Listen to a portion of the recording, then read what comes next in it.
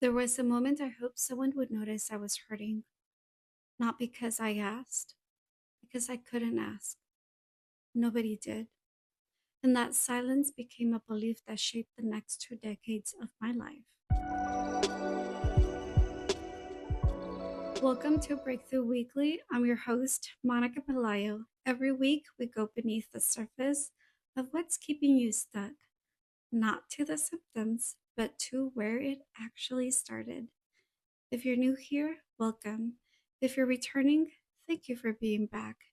Today's episode is titled The Day Nobody Noticed and the Belief That Almost Destroyed Me. Let's begin.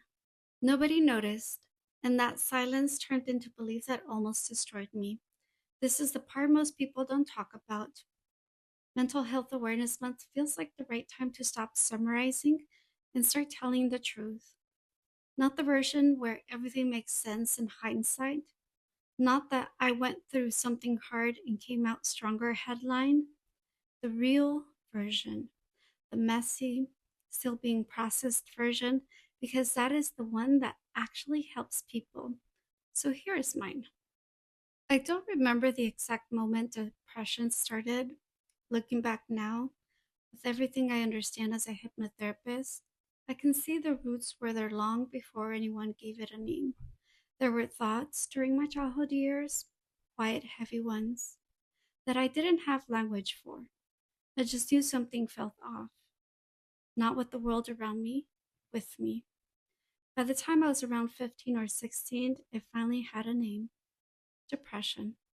I remember leaving a doctor's office with a prescription for Zoloft and thinking maybe now things would shift. They didn't. If anything, I became more anxious, more restless, more like something inside me was coming apart rather than coming together. The thoughts didn't quiet, they got louder, and nobody was really asking what was happening inside me. I was living in Oregon by then. My family had moved from Southern California, and before that, I had spent 3 years in Mexico. Years I actually loved, where I had more freedom, warmer weather, and friends who felt familiar. Coming back to the US and landing in a predominantly white high school in Oregon was a different world entirely. I counted once. There were about 17 Latino students in the whole school. I didn't fit. I didn't have a big circle of friends. My circle has always been small, and school felt like a place where I moved through the hallways without really belonging anywhere in them. That feeling of not belonging wasn't new. I had been quietly building for years, but in that environment, with no real outlet and no one asking the right questions, I had nowhere to go. I want to pause here and explain something, because what comes next is important, not just as my story, but as something I now understand deeply through the work I do with others. When young people start hurting themselves physically, it is almost never about wanting physical pain. It is about emotional pain that has become so overwhelming, so impossible to hold, that the mind desperately looks for something else to put it. Physical pain gives the brain something concrete to focus on. It pulls attention away from the feeling that has no name and no exit. It is a coping mechanism, a desperate, heartbreaking one. I know this because it is part of the work I do. I know it because it is what I was doing to myself. One day, something happened at school. I don't remember exactly what it was, just that it landed on the same bruise it always landed on. That familiar feeling of not mattering, of not being good enough, of being invisible in a room full of people. I came home and I used scissors to cut my forearm, pressing harder each time, hoping to go deep enough that something would finally release. There's a scar on my arm that is still there today. But underneath that physical act, what I was already doing was testing something. I was asking a question I didn't know how to ask out loud. Does anyone see me? Does anyone care enough to notice? I was hoping someone would look at my arm and ask, "What happened? Are you okay? Do you need help?" I was hoping that the cut would open a door that I didn't know how to open myself. Because somewhere along the way, I had learned that asking for what I needed didn't get me anywhere, that what I wanted didn't matter. So I stopped asking with words and started hoping someone would notice without me having to say anything. Nobody asked.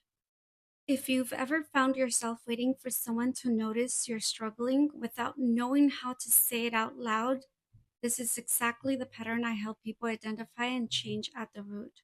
Because that pattern doesn't disappear on its own. It repeats in relationships, in work, in the way you show up in your life. And that silence confirmed three beliefs that I had been living inside me for years without me ever saying them out loud. I'm not good enough. I'm not worthy. I don't matter. Now, here's where I want to be honest with you about something, because this is also part of the story. When I sat down recently to revisit this memory, I noticed something. The emotion was still there, not as loud as it once was, but present, enough to catch me off guard, enough to make me pause. And as a hypnotherapist, I know exactly what that means. It wasn't the memory itself that still carried weight, it was the meaning attached to it. That belief I don't matter, nobody noticed, nobody came, hadn't been fully addressed yet. This particular memory had never surfaced in my own regression work before. But writing this article, going back into that room that afternoon, that moment with the scissors, my subconscious decided it was time to bring it forward. That is exactly how this work operates. The subconscious is always evolving. As new experiences arise, new layers surface, memories connected to the same belief, the same feeling, the same wood showing up a different form. The mind is not random. It is incredibly intelligent. It brings forward what is ready to be seen. What I have now that I didn't have at 15 is the ability to catch it early, to meet it at the root before it grows into something bigger, to recognize the meaning underneath the memory and change it, not suppress it, not push it back down, but actually shift it. That awareness, that capacity to walk toward the thing instead of away from it, that is precisely what I teach my clients. And the fact that I continue doing this work myself is not a gap in my credibility, it is the source of it. I know this terrain because I've lived it, and I continue to walk with intention. I have written other articles about the night I overdosed around 14 or 15, exhausted and convinced that my life would never be anything other than what it was in that moment. I have written about my dad's response, how when my lips began to change color and my mom wanted to help, he said, "If she wants to die, let her." How he told me that next time I wanted to kill myself, he would buy me a shotgun so it would be faster. I have made peace with that memory. I understand now that his reaction came from his own pain, his own unspoken battles. It said everything about where he was and nothing about my worth.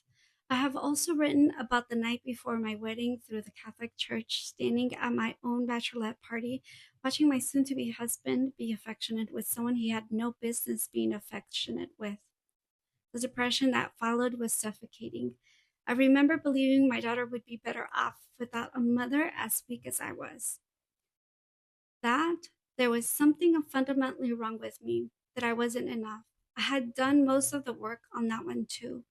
Every single one of those moments, the overdose, the cutting, the night before my wedding, they were not just pain, they were all expressions of the same three beliefs repeating themselves across different chapters of my life. I'm not good enough. I'm not worthy. I don't matter. Beliefs like these don't come from nowhere. They form early in moments when we are too young to have context or perspective. In moments when the people around us are too consumed by their own pain to show up the way we need them to.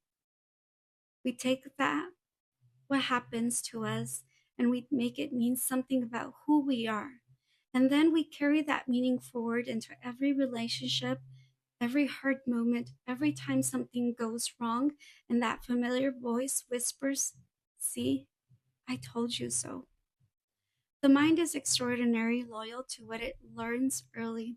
It scans every room, every interaction, every silence, looking for evidence that confirms what it already believes. If you believe you don't matter, you notice every moment you are overlooked and file away it as proof. You dismiss or minimize every moment you are loved or chosen or seen because that doesn't fit the story the mind has been telling. This is not weakness. This is not a personality flaw. This is how the mind works, and it can be changed. I want to be honest about one more thing before I close. I still have difficult moments. Healing is not a destination you arrive at where everything becomes smooth. There's still moments that are hard. I experience heart arrhythmia, and under significant stress, it can be triggered, creating sensations like chest discomfort and racing heart that can feel similar to anxiety. At times, it may be a combination of both. What I've come to understand is that the body and the mind are deeply connected.